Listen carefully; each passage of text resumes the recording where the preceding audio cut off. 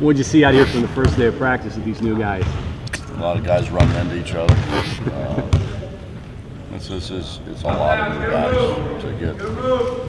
You know, we're trying to just show them kind of how we play and what we want done and that. So hopefully they can kind of go work on it a little bit on their own. But we haven't really started breaking things down yet. Kevin said some of the motion stuff even had you laughing yesterday. You know, when a guy cuts to the lane and then he stops and starts looking around trying to figure out what he's in the middle of the lane, I'm like, if you want to stop, don't do the 3-second lane.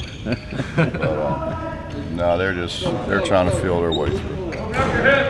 You know, these guys don't have individuals to kind of lead into practice, so it's a little different for some of these new guys where you don't get to break down the small parts and then get them into the big stuff, do you? Well, you know, what I told them was I wanted to throw the big parts out there at them. You know, so I think sometimes, I think sometimes when you try to break things down without them knowing the purpose, they just kind of go through the motions and they don't understand why they're doing it. So I learned that here, you know, the whole method, education classes. But yeah, I mean, if they don't know the whole of what we're doing, then breaking it down in parts doesn't do a lot of good. For you, you kind of get an idea who's got a good IQ or who learns things quickly, though, from this, right? Yeah. I mean, I thought yesterday probably Gary Brown was way ahead of everybody else. I mean, in terms of understanding what. They'll catch on because it's just basketball, you know. If you have any aptitude to learn basketball, what we do, our stuff's really pretty simple. It's just a matter of understanding the whole and what needs to be done, and the rest of it kind of falls in place if you have a good understanding. If you don't have good understanding, it's pretty hard. So can they learn a lot of it in 10 practices? No, but we'll learn enough. I mean, and then we'll get to go play games. We'll get to practice over there too. So I think we're going to play 6 or 7 games over there, which leaves probably another 4 or 5 days to practice. It'll work out. You play professional teams over there, or? We're playing a couple of military bases, and then we're playing some professional teams. And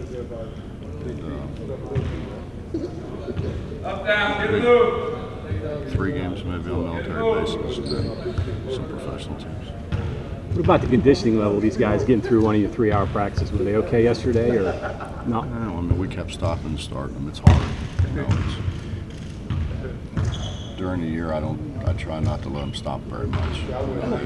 Once they get stopped, it's hard to get them going again. And yesterday, because we had to do so much explaining, we were constantly stopping and starting them. So it wasn't like a normal practice would be. You haven't introduced the treadmill yet? No, we talked about it for a minute yesterday. You know, we can't get in the Coliseum because they painted the floor the wrong color. So now they'd repaint the floor. You said you don't know how much you can get in 10 practices, but do you expect to get enough in to where they can run at least a limited amount of sets in games over there? No, we're not going to run many sets, but we're going to try to just work on motion. I mean, we'll run a set for Dennis or KJ or something like that. But, the other one will probably have to be after a timeout. So I can just get those guys out of the way so we can run a set for what we want to run it for. But we're just going to run motion. What does it mean to you when you say that this team is going to be more like the Cincinnati teams you coached over at Cincinnati? A little more athletic. You know, we were doing transition drills the other day, and there's 2 or 3 guys trying to dunk it over top of guys, which we haven't had. You know, we're normally trying to go underneath of them before. So we're getting more athletic.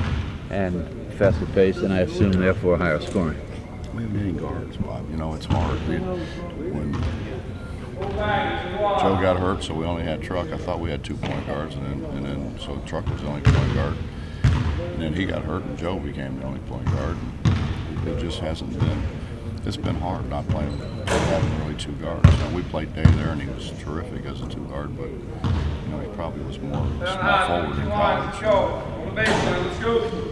I think the more guards we get, and we got guys who can run. You know, it's hard to run when you can't run.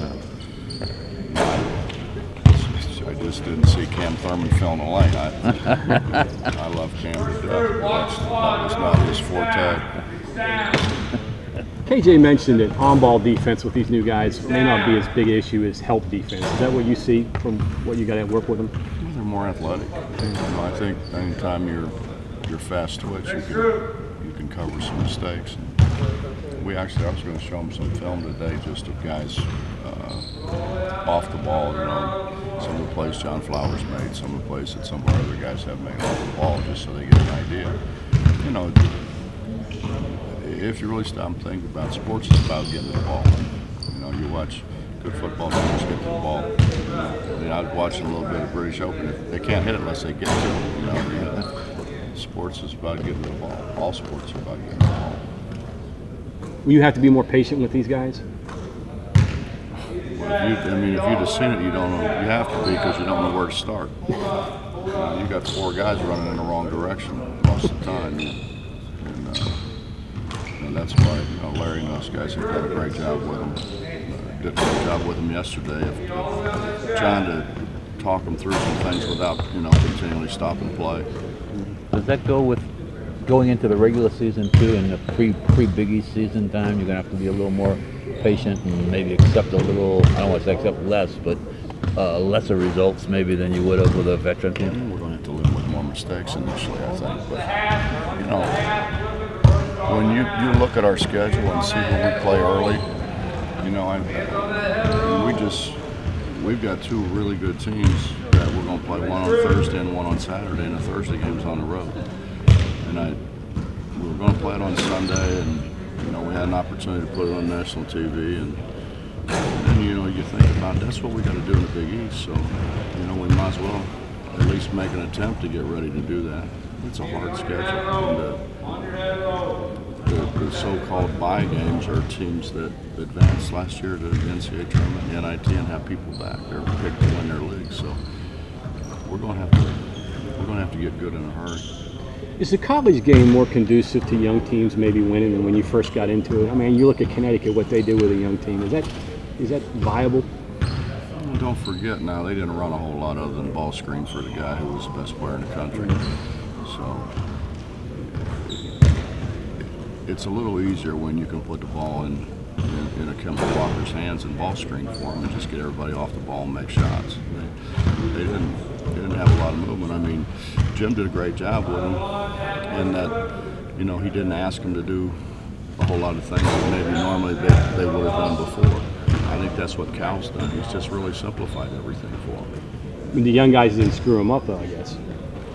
Well, if you stay out of the way, I mean, how hard is it to say that's the best player in the country? Get the hell out of his way,